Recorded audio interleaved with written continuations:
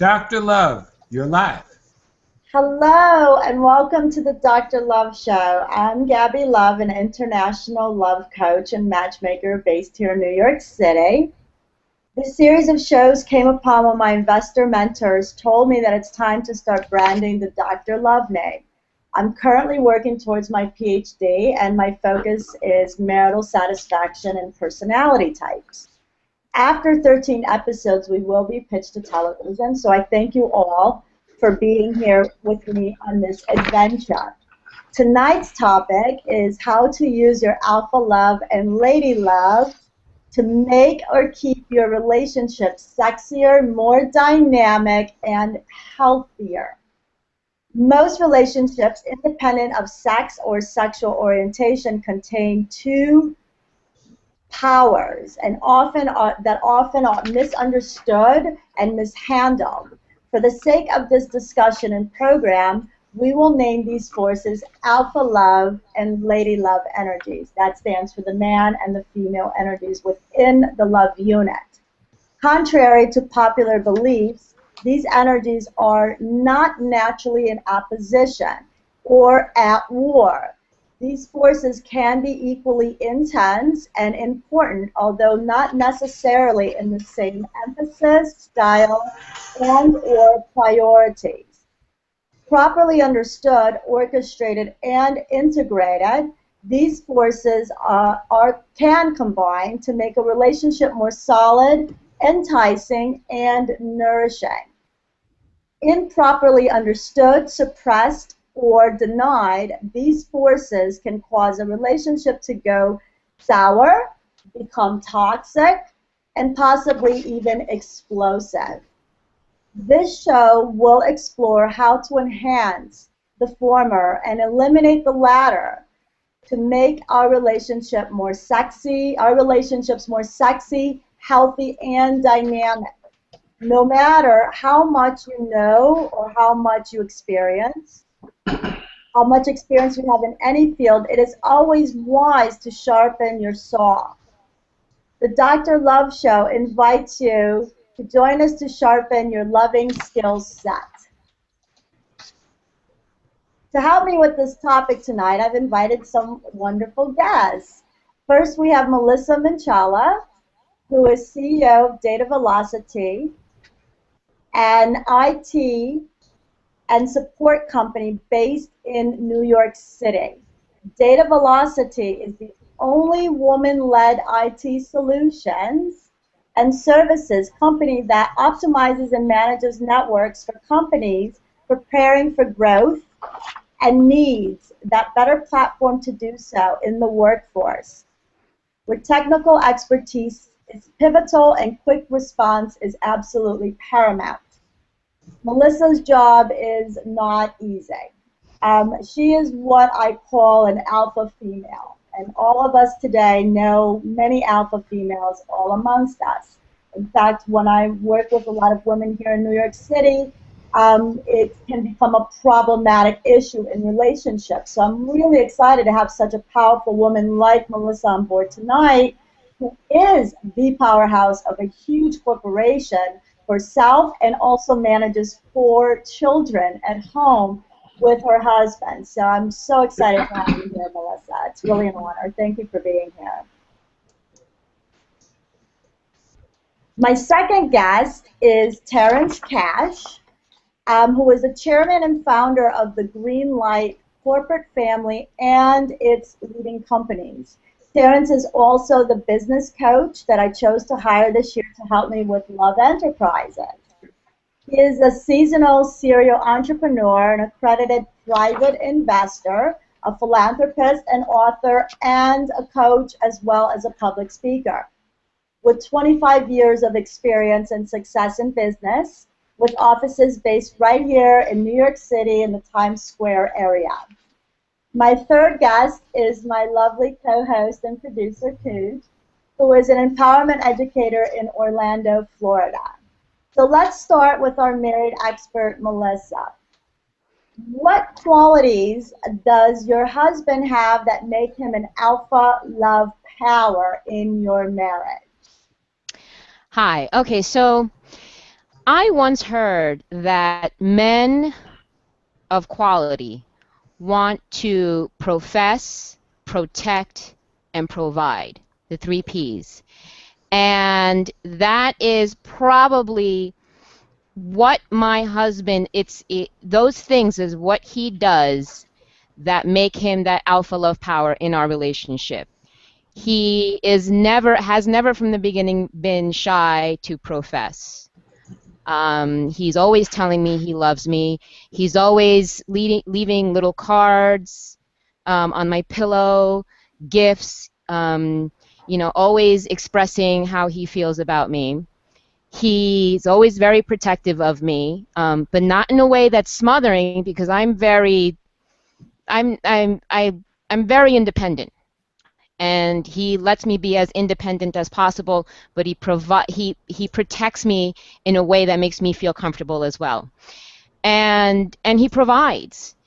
And that has been the #1 factor from the beginning. When I first met him, we were friends for 6 months before we dated, and when I first met him, I was at the tail end of a long-term relationship with a man who did not profess, protected to an extent, but refused to provide anything. There was no, and it's not even a monetary thing, but there was no generosity of soul. There was no generosity of self. And my husband was the exact opposite. I said it must be he's from the Midwest. Maybe that's how they are in the Midwest. I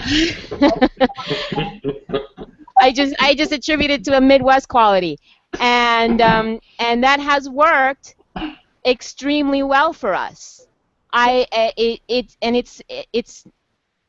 not the type of person that is looking for anyone. I've never have been I wasn't looking for a sugar daddy or anything like that, or anyone to make my life comfortable. I was looking for a partner, but that partnership required a generosity of self in many ways, the way I was willing to do so, and it was going to be an equal exchange, and my husband does that. You obviously don't need a contributor to the finances, correct? So right. You're looking for a contributor in energetic relationship. Right, and absolutely. But I also, someone where I completely recognize where my weaknesses are. And How are they? my weaknesses are, I'm not, speaking of finances, I'm not good with finances. The money I take in is the money that goes out. I've never learned how to money manage.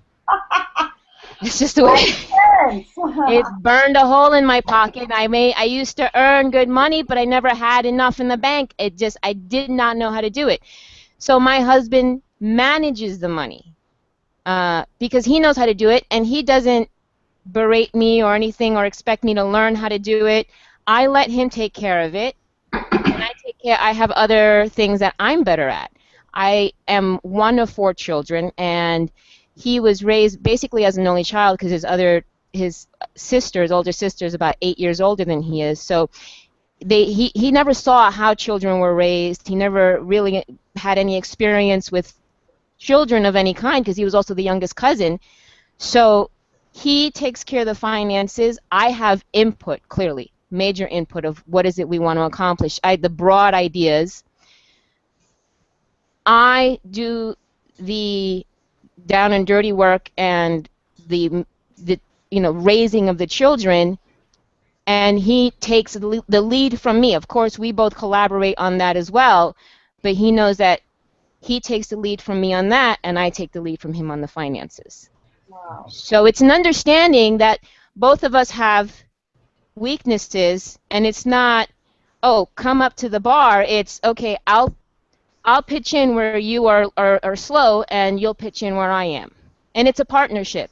And the fact that he is not requiring me to do something that I don't want to do and I'm not really comfortable with and I have no interest in, that to me is that alpha power where he'll say, okay, I'll do that.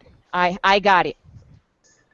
Well, it definitely seems like you guys have a really good equilibrium of that alpha love power and your lady love power within the loving marriage unit, and you guys have to keep 4 children leveled at that as well, which to me is just magnificent.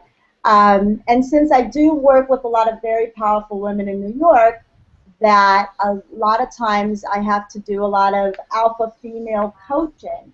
For example, I'm an alpha female, and in my love life, I have to leave my alpha female at the door, at the computer, at the office, with my clients, and I have to bring my lady love energy into my love life. And it was very difficult. In my 20s, I couldn't do it. I would tell men I'd have to see them once a week, and that was all I could. And you know, so things have evolved in that. So I'm always very in admiration of my female friends and colleagues who are lady loves and run a family and are alpha females like you are, going and running a big corporation. So my last question to you is, as the CEO of your company, you're obviously an alpha female at work. Is it difficult, confusing, or annoying to make the transition either going from home to work or from work to home? It can be very difficult, and it's probably more annoying for my husband than it is for me. You know, it becomes annoying to me when he reminds me, and then I have to kind of snap out of it, and I have to remember to make time for our relationship, and I have to remember that the only goals we have are not business type goals, that we have other type goals, that we're in this partnership until, you know, the first one croaks. So so it's difficult when you have a focus on certain goals, and you're working towards it, and you're starting to, especially when for me anyway, when you think things are fine in your romantic relationship, because things are peaceful and things are quiet and things are moving along on a schedule, and the kids are, you know, doing well in school, and you know, the home is clean, and the, you know, meals are getting cooked, you forget that there's another part, that there is an emotional need as well, and so you've got to kind of snap out of it a little bit. So it can be a little bit difficult, but I'm getting now I am a lover of organization and of routine. So what I've done is I've tried to just work it into a routine, because that's what works for me. I mean, routines are not romantic, but it's not going to get done if it's not in the routine. So that's the way I'm trying to do it. Is phenomenal to me, Melissa. You know, it makes sense why you're an IT person, which is also a world that doesn't make much sense to me, as well as having 4 children. So I love you for having mastered that. You are such the best expert that I could have here tonight. Thank you very much. So let's move on over to Terrence, and let me ask Terrence some true or false questions as my alpha male expert for the night, and Cujas as well. So Terrence, does the alpha love mean that you are always right and you get to win all of the arguments and conflicts? And how much of the power are you actually carrying as the alpha male, and what I'm calling tonight is the alpha love energy? Well, that's a great question, Gabby, and I got to give you and start with a universal answer. It all depends. In life, business, and especially love, you could be right or you could be happy. So you have to make those choices early in your relationship.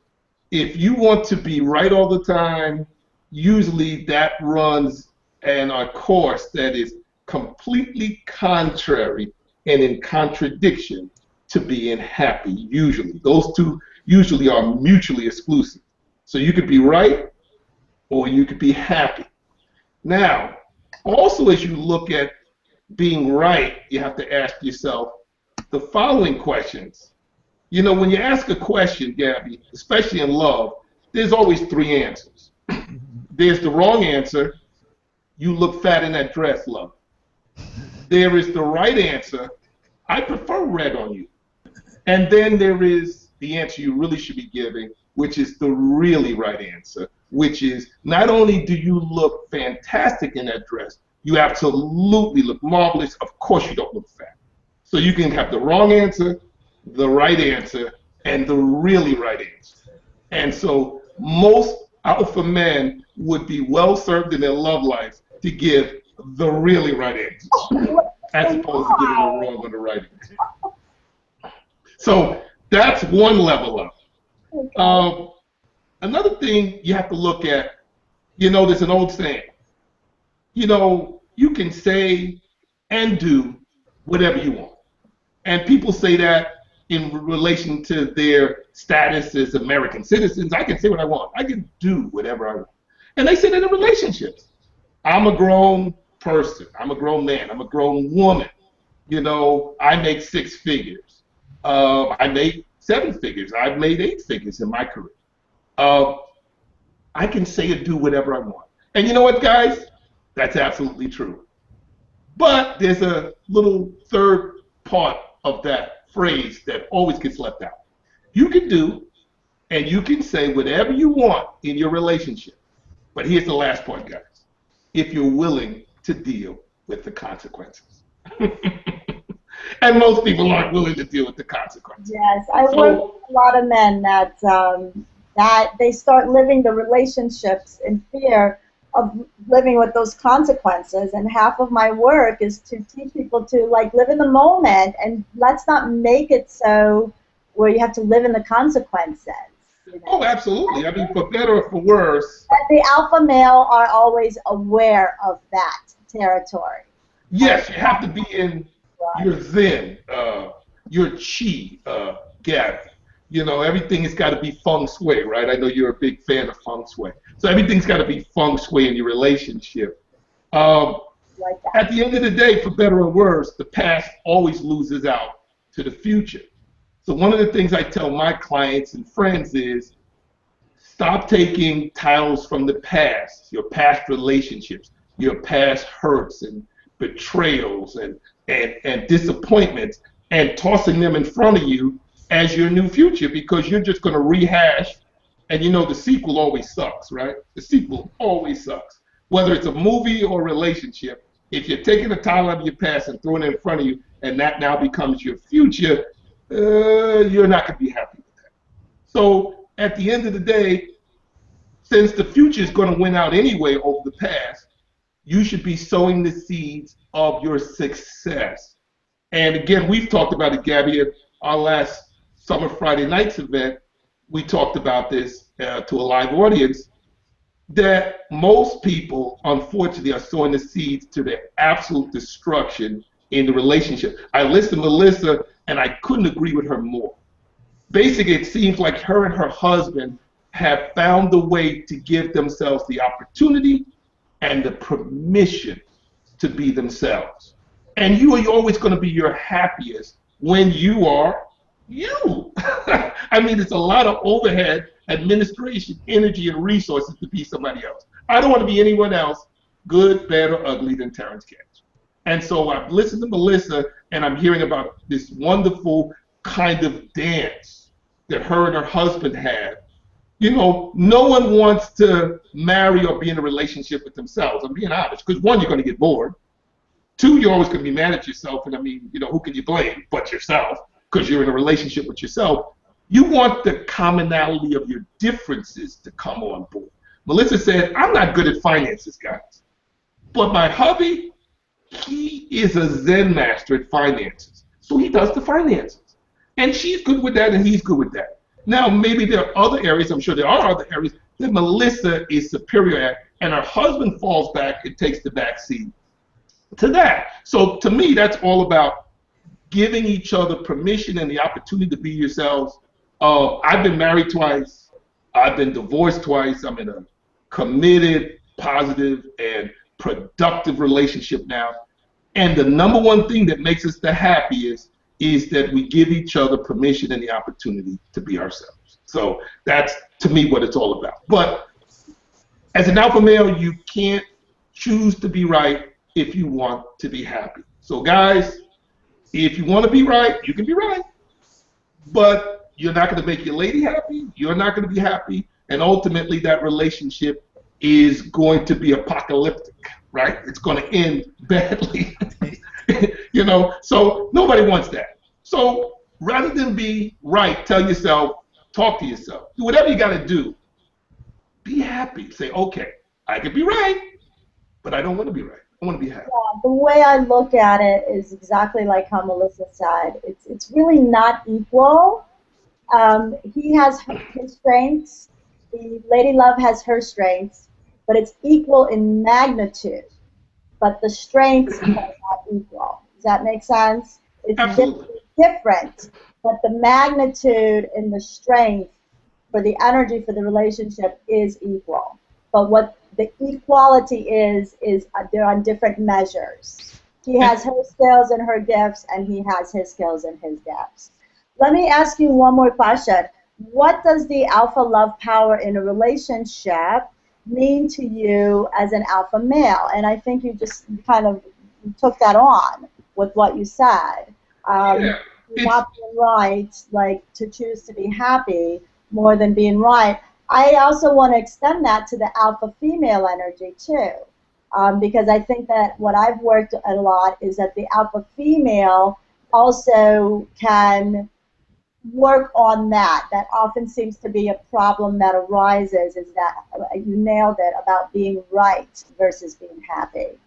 One other thing, Gabby, that I want to buttress to what Melissa said and what you said just now. Love is a function of agreement.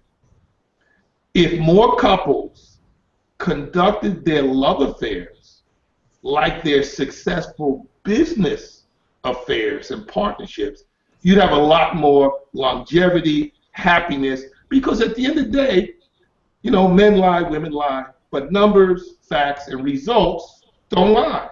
And that's what you want in a relationship.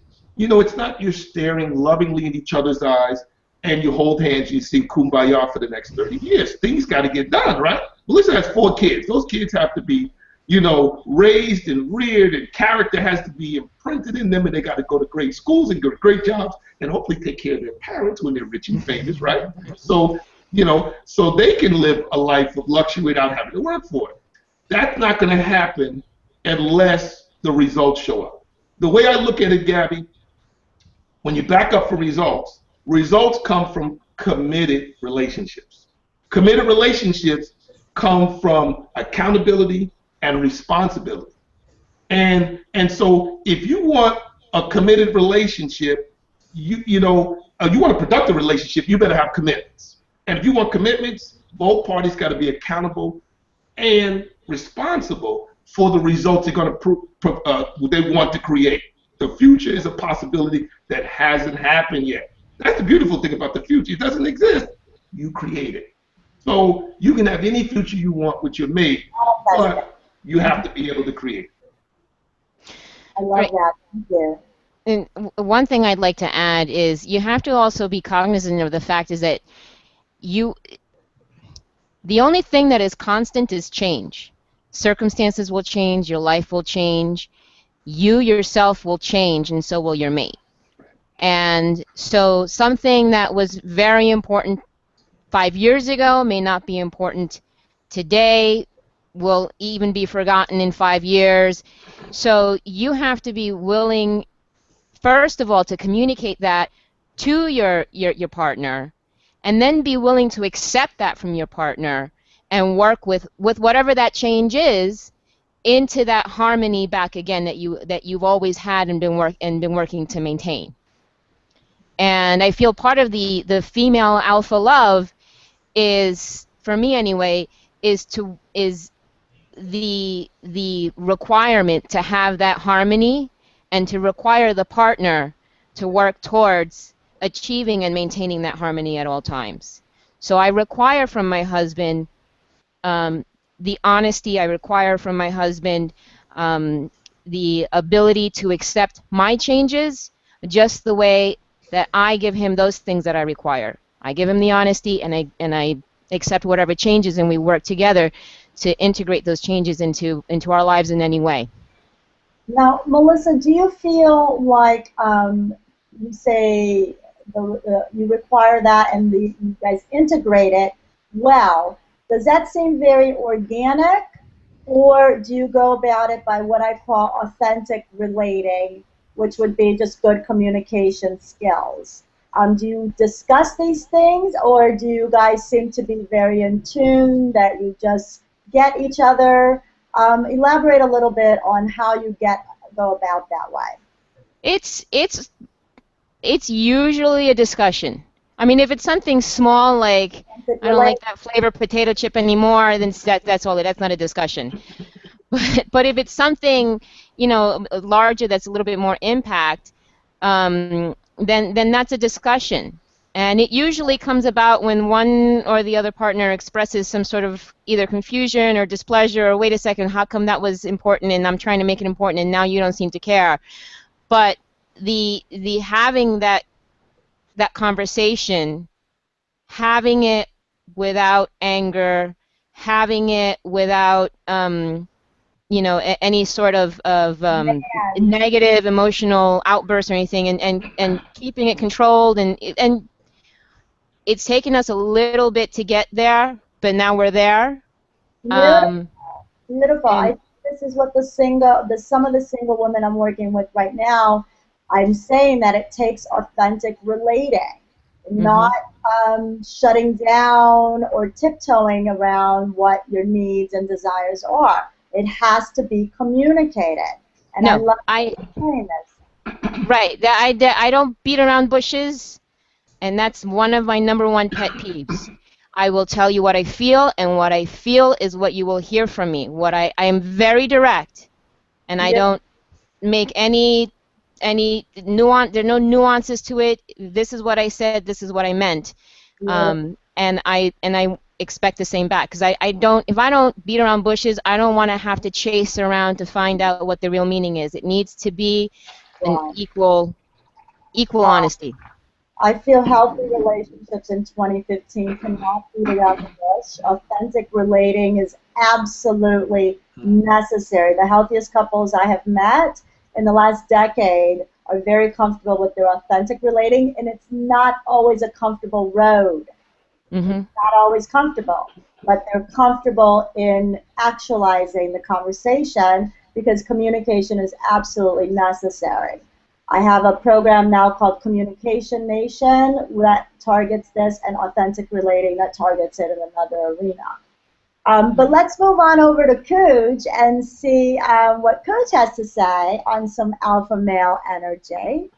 So, does a man have to be an alpha male for a relationship to be successful, Cooge? Let me use the term customary and usual, because there are all type of alternate lifestyles that are out there, especially today. But I would say usually and customarily, an alpha male is what a woman is looking for and what a man is comfortable with, generally. So I don't think you have to be an alpha male to be successful in a relationship, but if you're not, you're engaging in experimental behavior. That's okay. Okay. I dare not ask. I love the nod. Okay. Now, will treating a man like a king go to his head and corrupt him? Well, let me answer that this way. Treating a man like a dog will cause him to act like a dog. Yeah, we don't want that. So a lot of women have the philosophy that men are dogs, and guess what? That script produces dogs. Now, unfortunately, treating a man like a king is not necessarily going to make him act like a king. However, unless you reach that point, you're not going to have a satisfactory relationship. If you're a woman and you want to be a queen, you have to find a king, or find a man who might have been a dog at some time, who has developed some maturity to realize that he needs to take it to the next level. It's not something that you can't bring a man to that level. He's got to decide that's where he wants to go. It's like you can't fix him. And that's why they say a lot of times you say women are mature faster. Women figure out, in my experience, earlier that there are certain behaviors which are in their interest, and that men, for example, the squares, are the way to go. The guys that are the super hip guys that know all the different new drugs and it's got a new religion every week is not necessarily going to be the alpha male that's going to give you the house with the car note and the stability that you may want. That's just a sugar daddy who with a short life expectancy. Okay. Well, thank you. Okay, let me first of all, let me ask you, Dr. Love, to put up your website so people can, if they want to ask more questions. No idea where it went. I can't. my logistics here are gone because I came into the show through a different venue. Oh, I see. Okay, no problem. They can get it from the event page. My question to you, Dr. Love, true or false? Men being too macho is bad, but being alpha is good. True or false? Being too alpha is, being too macho is bad. That's true. I haven't really found any woman that has told me that a large dose of machismo has been really good for the relationship. In fact, I feel like a large dose of macho is not sexy. That's just my own personal taste. But I have never heard it being utilized for a relationship for healthy purposes at all. So, but I am all about the alpha male energy, and being an alpha female, I have really done wrong in this department. And this is from the thousands of women that I've now worked with in the last decade. Even the alpha females that I work with want is the man to be somewhat of an alpha male. Sometimes for some women it's more an equal territory, and for some is other. But all the women, unless they definitely choose to be the masculine energy of the relationship, they get irritated by being the masculine energy of the relationship. And so for the alpha females, I have to constantly tone them down into leaving their alpha female at the office, at the desk, in their purse, wherever. Just don't take it into the relationship. Other women that are not alpha females, they tend to have an easier time in being more of the feminine energy. Now, I'm not saying that the woman cannot be the masculine energy of the relationship, but that is a different polarity, a different positive and negative charge, and she can be, but if she gets resentful and unhappy and her feminine needs become not actualized. So it's a harder formula to work with. I also have a website where I sell astrology reports based on someone's birthday, and it's called loveanddestinyreports.com. And on that, it's very interesting. It says that some of us, like if I dated Terrence, I might be the masculine energy of that relationship. There's nothing we can do in our lifetime to change that because it's based on our birthday. And I have seen this in action. And it does make for a harder relationship. Imagine me and Terrence in love. We got an alpha female and we got a hardcore alpha male. And if I did a love report, which I'll have to do now, Ted, if I'm the masculine energy of that, it's going to make it a harder relationship. And this is what I teach my clients. I really have to leave my alpha female at the desk, at the office, in my purse, or flush her down the toilet at times, and just stay in my feminine energy as much as possible if I want to be the feminine energy of the relationship. And I find that most women in 2015, and I've met some serious powerhouses, love to feel feminine in their relationship at some point, so they can't have both. So I tell them, leave the alpha female at the office, or run the children with it, or do it with your business partner, or with your producer, you know, with the people you work with. But in love, tone it down. Don't be the one in charge all the time. To me, what the masculine wrote, I actually have my writings here behind me, and I tried to organize it for the show a bit. The alpha gives the relationship, the masculine, direction and determines the strength and the magnitude. You hear that, ladies? That's what I define as alpha. That means he's running the direction, the strength, and the magnitude of the relationship. And it's actually really nice for all us alpha females when we think about it, because it's, to me, in my relationship, it's the only time that I get to really like relax. I don't give anything in my love relationship. I allow myself to receive fully, and I fully embrace that.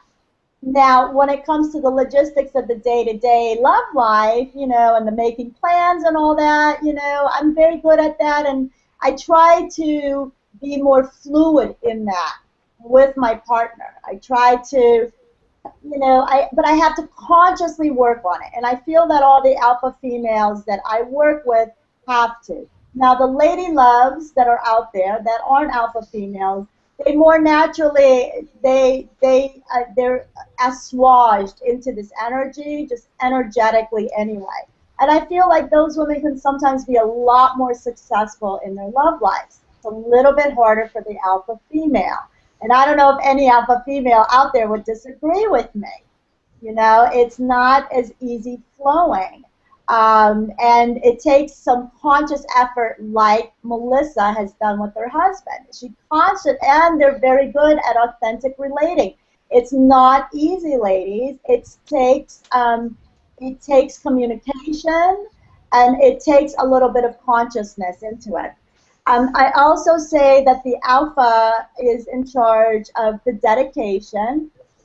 I think, and what I mean by that is, I always say to my single women, when the man chooses you, when he says, you are who I want, it is so much more powerful. Melissa's husband at one point said, you are who I want. That it was so much more powerful than her demanding a marriage contract. You know, pushing a man to the dedication is never the right answer. Now, a lot of women will get it, but it will come back and bite them where we don't want it to be bit. Because the masculine energy doesn't want to be forced into anything.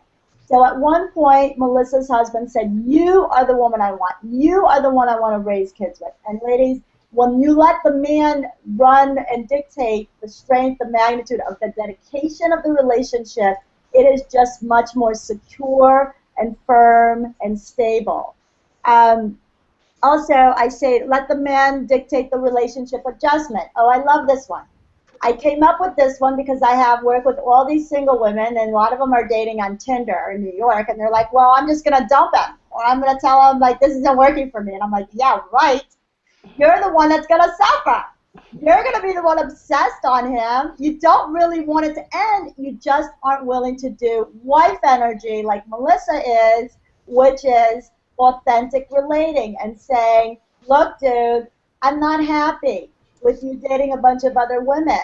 I really want more from you. And you know what? The correct answer is to go into the authentic relating and get more from him. That way, not pretend you're fine with breaking up, because more than likely he will. You break up with him, he will move on to somebody else. It's over, and you didn't really want a breakup. So I say to all my clients, it is a myth. If you ever initiate the relationship adjustment, as I call it, give it up, ladies. We don't really want it. We don't want that control. Let him dictate that. Also, I think that the man, the solution consideration, that goes with the relationship adjustment. Just, if we do it, I deal so much with women regretting that. And it makes the man weary of you. He's weary now. He's like, oh, I thought things were going fine, and all of a sudden she breaks up. What she was really wanting to do was figure out how to have some communication skills with him to take the relationship to the next level. She didn't really mean to break up, but a lot of times I'm finding in 2015 a lot of women are doing this breakup in order to get their needs met. Is there anything else you wanted to ask me, Kirk? Yes, I wanted to ask you about the war on the sexes. Is that a truth or a myth, in your opinion?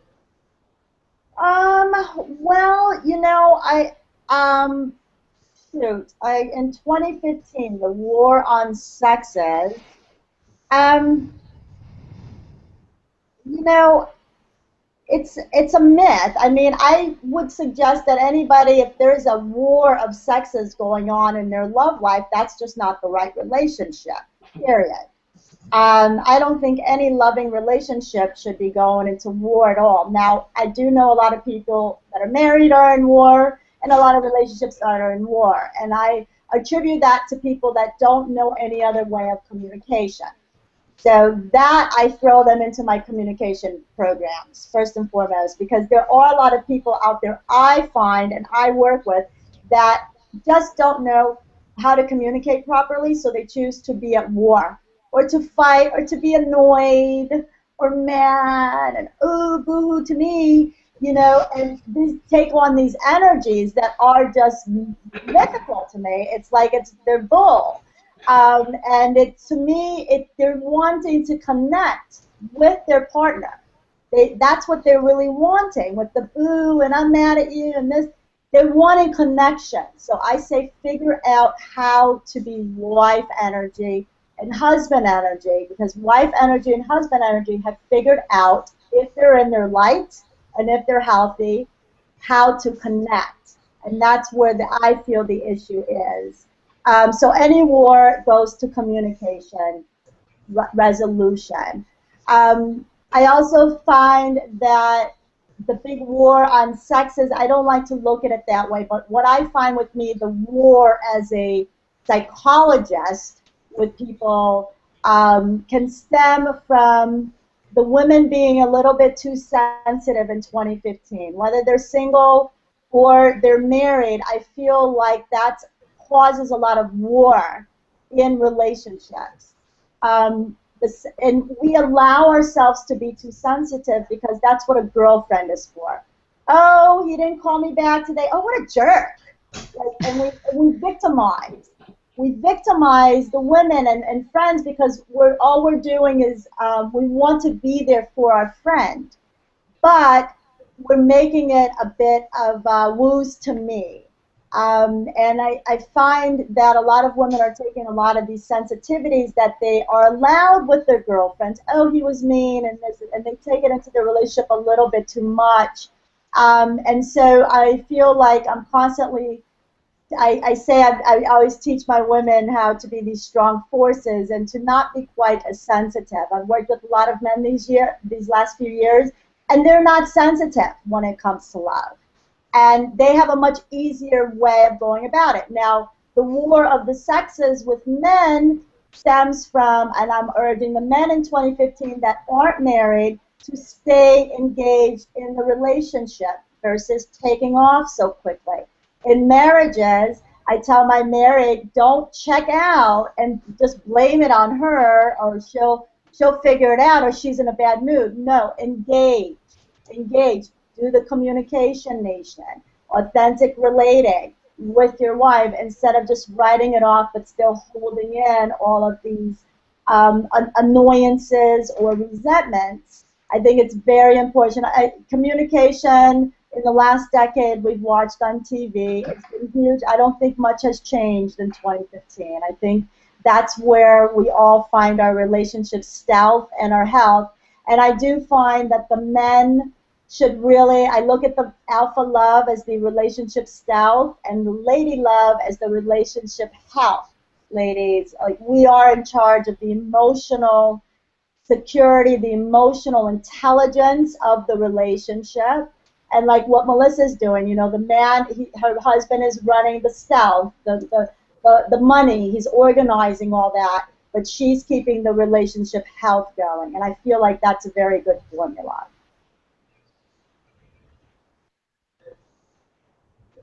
To add to what Gabby said about the war of the sexes, I have a simple answer. If you have war in your love life, then you're doing one of them incorrectly. So that's my take on that. You only get in love, business, and life what you negotiate and what you tolerate. So what you negotiate and what you tolerate. You only get what you negotiate and what you tolerate in your relationship. It's, you know, again, love is a function of agreement. I mean, Melissa talked glowingly about basically the agreements that her and her hubby have about money and about the kids and about work-life balance and all these wonderful things that have to be negotiated. They're functions of agreement. So, you know, and then, Gabby, going back to what you said earlier, you know, these toxic relationships and these women, and again, it happens to men too, but I think it's more overwhelmingly on the female side, that they tolerate these toxic relationships, and you get only what you tolerate. All you're basically saying is, yes, beat me, hurt me, teach me how to love. You know, that's all you're asking for. Give me more, you know. So, you know, you have to cut those off. But again, you know, I don't think there's a war of the sexes anymore. I think there used to be. Women can do and say and be and make monetarily anything they want to make and exactly what the men make or more than what the men make. So I think that's now kind of reached equilibrium. I know there might be some facts that say the contrary, but to me the opportunity, the possibility of doing that has never been more apparent.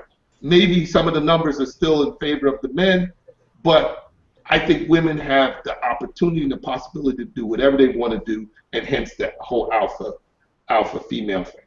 Hallelujah. Now, Melissa and Coach, do you guys have any last words on how to use the forces of LadyLove and AlphaLovve to make your relationship sexier and more dynamic? I think that and I gotta say, I'm so glad I'm not in the game anymore because things have gotten crazy out there. I couldn't do Tinder. I couldn't do it. God bless you all, but I can't do that. Yeah, me either. But I gotta say, if you're looking for someone, first of all, know what it is, who you are, and what you're offering, and know what it is, what you want, and what you want in return. And be clear about that, not only with yourself, but with the person that you're with. Just like Clarence, I'm sorry, I'm so bad with names. Terrence, okay. Terrence, sorry. Just like Terrence was just saying, you know, it's all about what you will accept. If you say, okay, these are the things that I'm giving, these are the things that I require, and it's here, but this guy is only willing to come about here, don't complain if this is what you're accepting. Don't boo-hoo about, oh, I can only get here. There is a lid for every pot. Put that pot back and keep on looking until you find yours. I feel like too many people just get stuck because they're afraid or they're complacent or they don't want to, you know, get back on Tinder. So, you know what it is, who you are, what you're offering. Know what it is, what you want, and be clear about that. And don't waste your time with anything else. Just don't. It's not worth it. Trust that you can manifest exactly what you want. Absolutely. Huge. Yeah, what I would, a final thought I would like to leave with our audience on this topic is Max Lucado had a quote which said, conflict is inevitable, combat is optional. And, you know, that's where I think, you know, in terms of the war of the sexes it doesn't have to be there if you don't want it to be there. You can, in fact, go through a life. You can't go through a life without any conflict, but you can just say, no, we're not going to go into combat.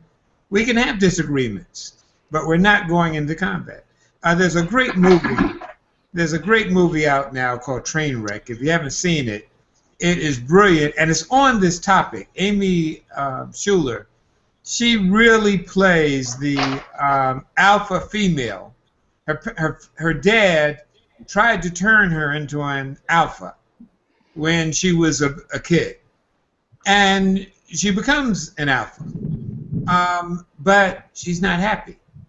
And her sister, he tried to turn her sister into, her sister becomes an AlphaLovve, where she becomes an alpha male.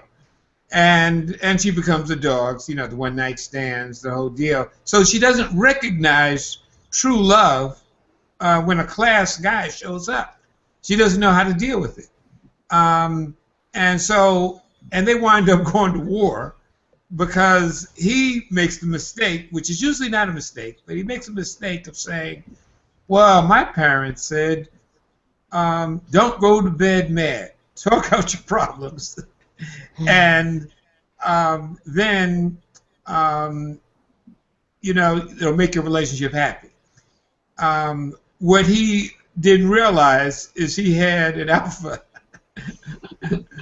and he's a surgeon. So she kept him up all night.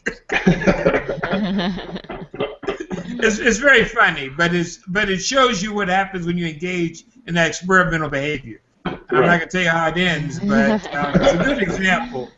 And it's very funny. I think it's the best movie since Harry Met Sally in terms of the truths. That good, huh? Yeah, that good. I mean, they go there. Awesome. Well, thank you, Kuj, and I want to thank you and Melissa and Terrence for joining me tonight. Thank you so much. And I want to thank all of our viewers. Everyone can see the show at GabbyLove.com under the Dr. Love Show link. And we will be back with you the last Sunday of August next month. Thank you so much for joining us. Thank you for inviting us. Thank you all. Thank you, Gabby. Cool, and Melissa. Okay, and that is peace out. Okay. Thank you, guys. Fantastic. Great show, guys. I like that. Peace out.